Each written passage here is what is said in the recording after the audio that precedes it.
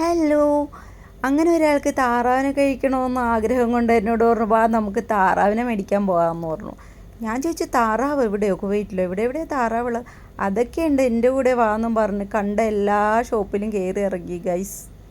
2, 3, 4 ഷോപ്പിൽ കയറി. അങ്ങനെ അടുത്ത ഷോപ്പിലോട്ടും കയറി. അങ്ങനെ ഈ ഷോപ്പിലും ഇല്ല. പിന്നീട് എന്നോട് പറഞ്ഞു, നമുക്ക് ഒന്നും കൂടി പോയി കറങ്ങി നോക്കിയിട്ട് വരാം എന്ന് പറഞ്ഞിട്ട് അവസാനം നമ്മൾ ഈ കടയിൽ കയറി കണ്ടുപിടിച്ചു കേട്ടോ. ഇവിടെ ഉണ്ടെന്ന് പറഞ്ഞു താറാവ്. ദേണ്ടടാ കിടക്കുന്നടാ, ഒരു പെൺകുട്ടികളുടെ ഇടയ്ക്ക് ഒരു ആൺകുട്ടി ഇങ്ങനെ വിലസിയിരിക്കുക. അപ്പോൾ പാവം. അങ്ങനെ ഞാൻ പറഞ്ഞു, എന്നാൽ പിന്നെ ഒരെണ്ണേ ഉള്ളൂ എന്നും ആ ചേട്ടൻ പറഞ്ഞു കേട്ടോ. കുഴപ്പമില്ല, ഒന്നെങ്കിൽ ഒന്ന് എടുക്കൂന്നും പറഞ്ഞു. അങ്ങനെ ഞങ്ങൾ അവനെ വാങ്ങിയിട്ടോ.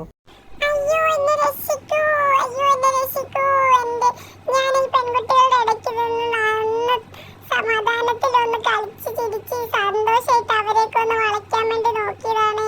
ഇവളെന്നെ കൊല്ലാൻ പോണേ, ഇവിടെ എന്നെ രക്ഷിക്കൂ, അയ്യോ കത്തിയൊക്കെ എടുത്തിട്ട് എന്നെ രക്ഷിക്കൂ, ഇവളെന്നെ കൊല്ലാൻ കൊണ്ടുപോണേ. അങ്ങനെ താറാവ് കുട്ടിയെ സുന്ദരക്കുട്ടനാക്കാൻ വേണ്ടി ആ ചേട്ടൻ്റെ കയ്യിൽ കൊടുത്തു. ഡെലിവറി കഴിഞ്ഞ കുഞ്ഞിനെ കാത്തുക്കുന്ന പോലെയാണ് അപ്പുവിൻ്റെ പുറത്ത് കാത്തു നിൽക്കുന്നത്.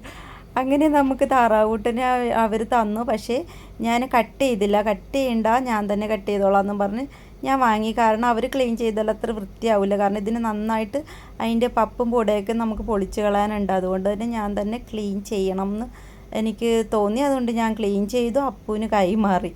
അങ്ങനെ അപ്പു പറഞ്ഞു, ജീവിതത്തിൽ ആദ്യമായിട്ടാണ് ഒരു ചിക്കൻ പോലും കട്ട് ചെയ്യാത്ത ഒരാളാണ് ഞാൻ കട്ട് ചെയ്യാമെന്നും പറഞ്ഞ് വന്നിട്ടുണ്ട്.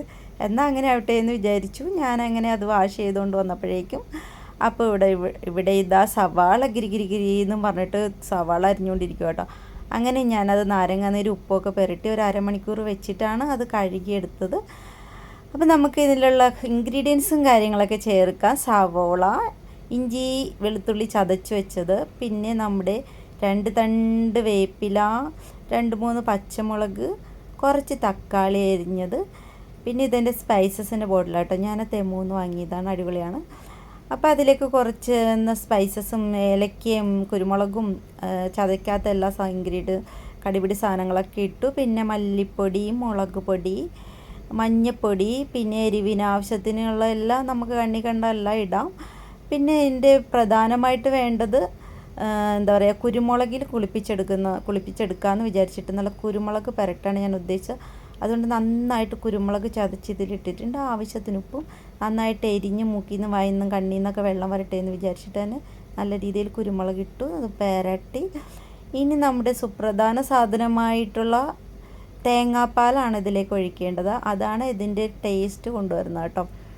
അപ്പോൾ തേങ്ങാപ്പാൽ ഒഴിച്ചിട്ട് നന്നായിട്ട് മിക്സ് ചെയ്ത് നമ്മൾ അടപ്പത്തേക്ക് വെച്ചു. അങ്ങനെ ഒരു 1.5 മണിക്കൂറത്തെ കാത്തിരിപ്പിന് ശേഷം ഇതാ നമ്മുടെ താറാവ് കറി തിളച്ചുകൊണ്ടിരിക്കുന്നു. അങ്ങനെ നമ്മൾ ഉദ്ദേശിച്ച രീതിയിൽ റോസ്റ്റ് എന്ന് വെച്ചാൽ ഒരു സെമി ഗ്രേവിയിലേക്ക് ഞാൻ എടുത്തു. പിന്നെ അതിന് കോമ്പിനേഷനായിട്ട് പൊറോട്ട എടുത്തു കേട്ടോ. ഞാൻ പറഞ്ഞു വൈറ്റ് റൈസ് ആക്കാമെന്ന്, പക്ഷേ പൊറോട്ട കൊതിയനായതുകൊണ്ട് അവൻ പറഞ്ഞു പൊറോട്ട മതിയെന്ന്. അങ്ങനെ കഴിച്ചു നോക്കിയിട്ട് അഭിപ്രായം പറയുമെന്നും പറഞ്ഞ് ഞാൻ വിളമ്പി കൊടുത്തു. ഞാൻ നല്ലതാണെന്ന് സ്വയം പറഞ്ഞു. പക്ഷേ അപ്പു പറയുമെന്ന് എനിക്ക് വിശ്വാസം ഉണ്ടായില്ല. പക്ഷേ എന്തോ എൻ്റെ ഭാഗ്യത്തിന് നല്ലതാണെന്ന് പറഞ്ഞു കേട്ടോ. അങ്ങനെ നമ്മുടെ നല്ല സോഫ്റ്റ് ഡക്ക് റോസ്റ്റ് റെഡി.